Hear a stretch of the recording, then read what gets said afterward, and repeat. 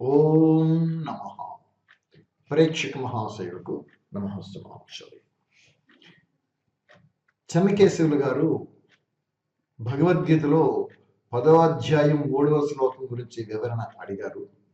దాని గురించి మొదటి భాగంగా చెప్పడం జరిగింది కొంత. ఇప్పుడు రెండవ భాగంలో వస్తుంది, అది చూడండి. మీలోను నాలోను సర్వత్రా నిండి ఉన్నాడు. బహిర్పూర్ణో అంతర్పూర్ణో పూర్ణకో ఇమాం భరే. బహిశూన్యో అంతఃశూన్యో శూన్యకొమ్మివాంబరే. ఉపనిషత్తు చెప్పు, మైత్రి ఉపనిషత్తు. ఒక పాత్రను తీసుకొచ్చి సముద్రంలో పెడితే అప్పుడు 2 మాటలు బయటకు వస్తాయి మనకి. లోపట నీళ్లు ఉన్నవి, బయట నీళ్లు ఉన్నవి. అలా కాదు, ఇప్పుడు తీసుకొచ్చి బయట పెట్టాం, అప్పుడే వస్తుందంట లోపట శూన్యం ఉంది, బయట శూన్యం ఉంది. ఈ లోపట బయట అది ఎప్పుడు వచ్చింది? ఈ పాత్ర వచ్చినప్పుడు వచ్చింది. ఈ పాత్ర తీసేస్తే ఇంక లోపట లేదు, బయట లేదు, అంతా ఆయన నిండి ఉన్నాడు. మరి అంతటా ఆయన నిండి ఉండినటువంటి వాడు మీ లోపట ఉన్నాడు. మీ లోపట ఉన్నటువంటి ఆయనని మీరు తెలుసుకోండి. ఇది మనకి భగవద్గీత చెప్పింది. ఇక్కడ మనం అనుకోవడం ఏమిటంటే శ్రీకృష్ణుడు వారినే పరమాత్మగా అనుకుంటున్నాం. కానీ శ్రీకృష్ణుడు వారు శారీరక భ్రాంతిని విడిచి శ్రీకృష్ణుడు అద్భుతమైన యోగ శాస్త్రములో యోగాధ్యాయములో పూర్ణ స్థితికి చేరుకున్నటువంటి ఆత్మవారు ప్రతి ఒక్కరిలోనూ ఉండినటువంటి పరమాత్మ వారి ముఖ కమలమ ద్వారా ఈ యొక్క శ్లోకం చెప్పింది. ఇది గ్రహించండి.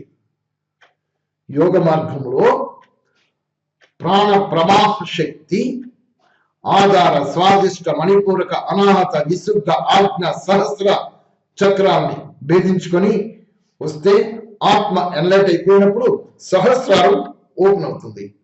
అప్పుడు తనలో ఉండినటువంటి పరమాత్మ తన శరీరాన్ని పరమాత్మ యొక్క కర్తవ్యాలకి ఈ శరీరాన్ని అభివ్యక్తం చేస్తూ వాడుకుంటూ ఉంటుంది. ఆ విధముగా శ్రీకృష్ణ వారి యొక్క శరీరాన్ని పరమాత్మ తనలో ఉండినటువంటి పరమాత్మ శక్తి ఆ శరీరాన్ని వాడుకొని చెప్పుకుంది. మరి శ్రీకృష్ణ శరీరమే పరమాత్మ కాదు, ఇది గుర్తించండి. ఏ శరీరధారి కూడా పరమాత్మ కాదు. ఎందుచేతంటే వేద ప్రమాణమే. చూడండి, ఇప్పుడు యజుర్వేదము 40వ అధ్యాయంలో 8వ మంత్రంగా ఈ మంత్రం మనకు కనబడుతుంది. ఈ మంత్రానికి ద్రష్ట దీర్ఘతమా ఋషి, ఆత్మా దేవత, స్వరాడ జగతి చంద, నిషాద స్వర, పునః పరమేశ్వర కీదృశ ఇత్యాహ. పరమేశ్వరుడు ఎట్టివాడు? ఆ పరమేశ్వరుడు గురించి మంత్రం మనం బోధిస్తున్నాం. ఏపోతే మంత్రం ఓం సపర్యగాచుక్ర అకాయ అగ్రణ అశ్నావిరగం శుద్ధమపాప విద్ధం కవీర్మనిషి పరిభూ స్వయంభూర్యదా తచ్చతాభ్యాన్ యతతాత్సస్వతిభ్యః సమాభ్యః. దీనికి పదార్థము భావార్థము 2 కూడా చూద్దాం, మీకు అర్థమవుతుంది. ఓ మానవులారా, ఏ బ్రహ్మ శుక్రం శీఘ్రకారి సర్వశక్తిమంతుడు అకాయం స్థూల సూక్ష్మ కారణ శరీరములు లేనివాడు. ఇక్కడ ఈ మంత్రము ఏమి చెప్తుందో జాగ్రత్తగా గమనించండి. పరమాత్మకు స్థూల సూక్ష్మ కారణ శరీరములు లేనివాడు. మీరు వేదాన్ని నమ్ముతారా? ఈ మంత్రాన్ని నమ్మండి. ఈ మంత్రం నమ్మితే ఇప్పుడు జరుగుతున్న వ్యవస్థ ఏం జరుగుతుందో మీకు అవగతం అవుతుంది. వేదాలలో ఉన్న విషయాలను చెప్పడమే తప్ప ఇంక ఇందులో కొత్త విషయాలను ఏమీ చేర్చి మీకు చెప్పటం లేదు.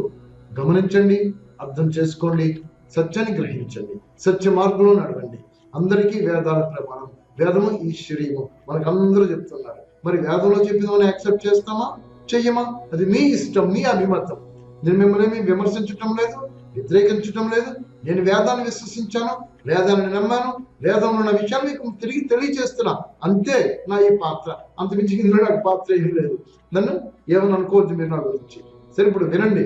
పరమాత్మకు స్థూల శరీరం లేదు, సూక్ష్మ శరీరం లేదు, కారణ శరీరం లేదు. మనకి ఇవో స్థూల శరీరం, అలాగే సూక్ష్మ శరీరం, అలాగే కారణ శరీరం మనకుంటాయి, కానీ పరమాత్మకు ఉండవు. ఇది గ్రహించండి. తర్వాత మళ్ళీ రండి.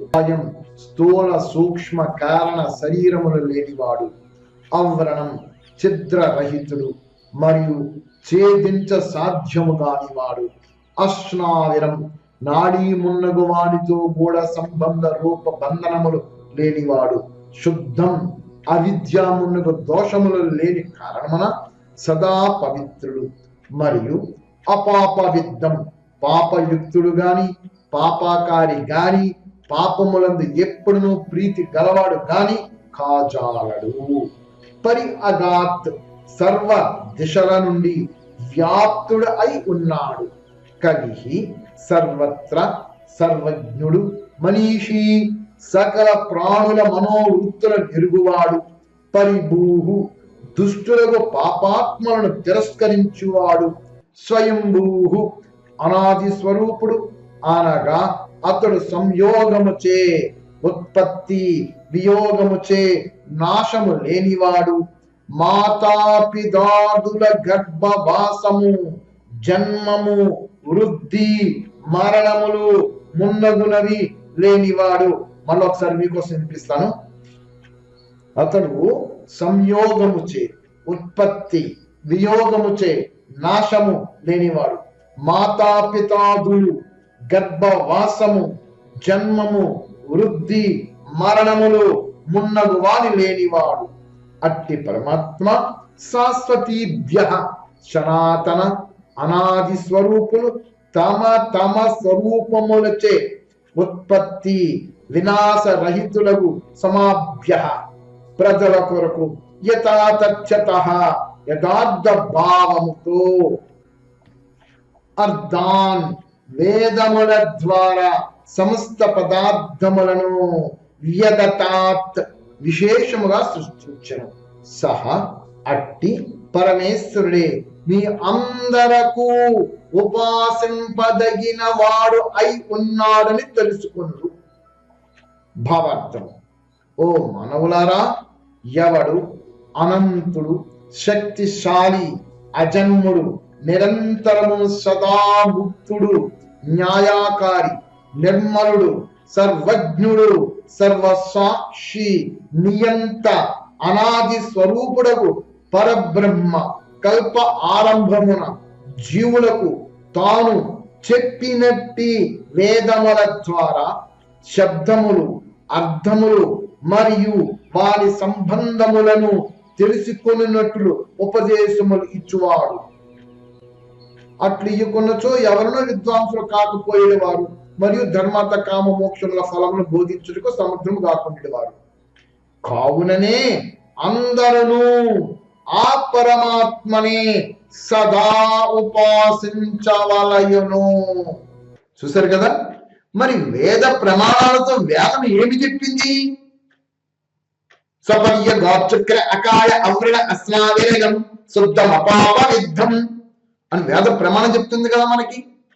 మరి వేద ప్రమాణం చెప్పిన వేదమే ప్రామాణికం అనుకుంటున్నప్పుడు వేదములోనే పరమాత్మ శరీరం ధరించడు, నాకు ఖాయం లేదు ఏమీ లేదని చెప్తున్నప్పుడు ఇక్కడ శరీరం ధరించినటువంటి వాడు పరమాత్మగా ఎలా అవుతాడు అంటే, యోగ మార్గంలోకి వెళ్ళిన తర్వాత యోగ మార్గంలో పరాకాష్ఠ స్థితికి చేరుకున్నప్పుడు తన భ్రాంతిని పూర్తిగా విడిచిపెట్టేసేసి పరమాత్మ ఆ యోగ మార్గంలో ఈ శరీరాన్ని తన యొక్క కర్తవ్యాల గురించి అభివ్యక్తం చేస్తూ వాడుకుంటుంటాడు.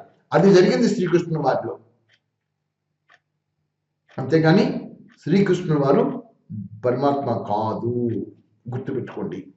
దీనికి మరి ఇదే భగవద్గీత మీరు అంటున్నారు కదా, ఇదే భగవద్గీత పరమాత్మ చెప్పడం అనుకుంటున్నప్పుడు ఇంకో విషయం మీకు వినిపిస్తాను.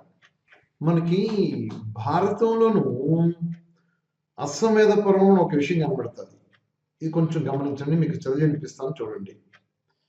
భారతము అశ్వమేధ పర్వముపై ఈ క్రింది ఘట్టము చక్కగా పరిపోషించుతున్నది.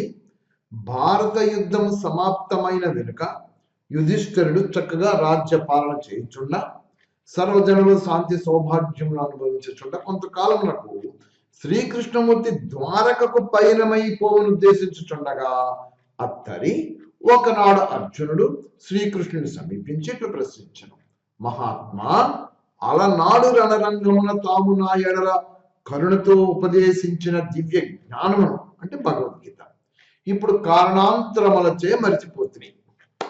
దానిని మరలా వినమలనని తీవ్ర కుతూహలము కలుగుచున్నది. కాబట్టి నా యందు దయయుంచి దానిని మరలా బోధింపవేడదా. అది ఆ వాక్యములు విని శ్రీకృష్ణుడిలో ప్రత్యుత్తరం ఇచ్చను. ఓ అర్జున, అతి రహస్యమైన జ్ఞానమును ఆ సమయమున యుద్ధ రంగమున నీకు ఉపదేశించి తిని, కాని అశ్రద్ధచే నీవు దానిని ఇప్పుడు మర్చిపోవటం నాకు చాలా అప్రియముగా కనబడుతున్నది. దానినంతను తిరిగి ఉన్నది ఉన్నట్లు ఇప్పుడు చెప్పుటకు నాకు సాధ్యపడదు. చాలా క్లియర్గా చెప్పేశారు. ఈ మాటలు మీరు గమనించండి. అప్పుడు యోగయుక్తుడును అయి తీవ్ర ఏకాగ్ర చిత్తుడును అయి నేను నీకు బోధించుటిని అట్టి స్థితి మరల కలుగుడు దుర్లభము. బ్రహ్మ సాక్షాత్కారం నాకు బోధ జాలను. ఎంత వివరించి క్లియర్గా చెప్పేశారు చూడండి, ఒకసారి గమనించండి. అప్పుడు యోగయుక్తుడినై తీవ్ర ఏకాగ్ర చిత్తుడినై శ్రీకృష్ణ వారు యోగిరాజు, యోగీశ్వరుడు తన యొక్క యోగ శక్తితో, యోగ విధానాలతో ఏది అయితే సాందీప మహర్షుల వారి దగ్గర వేద విద్యను అభ్యసించారో, మహాభాష్యములు చెప్పినటువంటి ఈ భాష్యాలు చెప్పిన మహర్షులు చెప్పినట్టు ఉపనిషత్తులు ఉన్నావో, వీటి తాలూకా జ్ఞానాన్ని అప్పుడు ఏకాగ్రతతో తిరిగి కార్య విముఖుడైనటువంటి అర్జునుడికి కార్యోన్ముఖినిగా చేయడానికి మరలా అంటే ఏమిటి, ఆ దివ్య జ్ఞానం అక్కడ బోధించాడు. అంటే రాగద్వేషాలకు వశమయ్యాడు అర్జునుడు. ఆ రాగద్వేషాల నుంచి తప్పించడానికి చక్కటి ఆ దివ్య జ్ఞానం, వేద జ్ఞానం మరలా బోధించాడు కృష్ణుడు, అర్జునుడు బోధించాడు. ఈ విషయం గమనించండి నా ప్రియ ఆత్మీయ సోదరులు. కృష్ణుడిని మనం పరమాత్మ అనుకుంటున్నాము, కానీ కృష్ణులో ఆ యోగ శక్తి, ఆ పరమాత్మ శక్తి వచ్చి కృష్ణుని ముఖ కమలమ ద్వారా మనకి జ్ఞానం భగవద్గీత బోధించింది. అంతేగాని ఇక్కడ ఇదే విషయాన్ని భగవద్గీతలో ఏం చెప్పారు, యోమామదమనాదీంచవేత్తిలో ఒక మహేశ్వరం, నాకు జన్మ లేదని క్లియర్గా చెప్పిస్తాడు. వేదం ఏం చెప్పింది 40 అధ్యాయం 8 సపర్య రాచుక్ర అకాయ అవరణ అశ్నాభం అక్కడ చెప్పింది. శరీరం లేదు, కాయం లేదు అని క్లియర్ అక్కడ చెప్పేసేసింది, భగవద్గీత ఇక్కడ చెప్పేసింది. మరి ఇదే విషయాన్ని శ్రీకృష్ణ వారు చెప్పారు కదా, ఇది గమనించండి. అందు గురించే శ్రీకృష్ణుల వారు 5వ అధ్యాయంలో 17వ శ్లోకం ఏం చెప్పారు, తద్బుద్ధయాస్తదా ఆత్మహస్తన్నిస్తాస్తాత్పరాయణ యత్యంచ పునరావృత్యం జ్ఞాన నిర్దోష కల్మషాః. అర్జున, ఆ పరమాత్మ్యందే బుద్ధి కలిగి, ఆ పరమాత్మ్యందే మనసు కలిగి, ఆ పరమాత్మందే నిష్ట కలిగి, ఆ పరమాత్మనే పరమగతిగా ఎంచుకొని అని కృష్ణ వారు అర్జున వారికి బోధించారు. ఆ కృష్ణ వారు అర్జునుడికే కాదు మనందరికీ వర్తిస్తుంది. మనమందరం కూడా ఆ పరమాత్మని ఆరాధించాలి. ఇదే వేదంలో కూడా 40వ అధ్యాయంలో 8వ మంత్రం కూడా ఇదే చెప్పింది, ఆ పరమాత్మని ఉపాసించవలెను. వేదము పరమాత్మను ఉపాసించమన్నది, భగవద్గీత కూడా పరమాత్మను ఉపాసించమన్నది, కృష్ణుల వారు కూడా పరమాత్మను ఉపాసించమన్నారు. సర్వలము కలిపి ఆ పరమాత్మని ఉపాసించాలి. అది నాయన మీరు అడిగినటువంటి ప్రశ్నకు 10వ అధ్యాయం 3వ శ్లోకం వివరించి చెప్పమన్నారు కదా, ఇది కథ. అర్థమైంది అనుకుంటున్నారు. తర్వాత మీరు వేదాలు కొంచెం అడిగారు, ఇది అయిన తర్వాత మీకు అది కూడా సీరియల్గా అది కూడా వస్తాయి. చూడండి, అర్థం చేసుకోండి. సర్వలము కూడా ఆ నిరాకార తేజస్ స్వరూపుడైనటువంటి సత్శిలా సంపన్న స్వరూపుడైనటువంటి అఖిలాండ కోటి బ్రహ్మాండ నాయకుడు జగత్పిత ఆ పరమాత్మ యొక్క ఆరాధికులుగా మారాలి. ఆ యొక్క దివ్య గుణాలని మనం అందరూ స్వీకరించి ఈ పొడమిపై పూర్వపు యొక్క వైభవాన్ని మనమందరం ఆది సంతతి అది విరాజులతో రావాలి. సర్వే జనా సుఖినో భవంతు. ఓం నమః.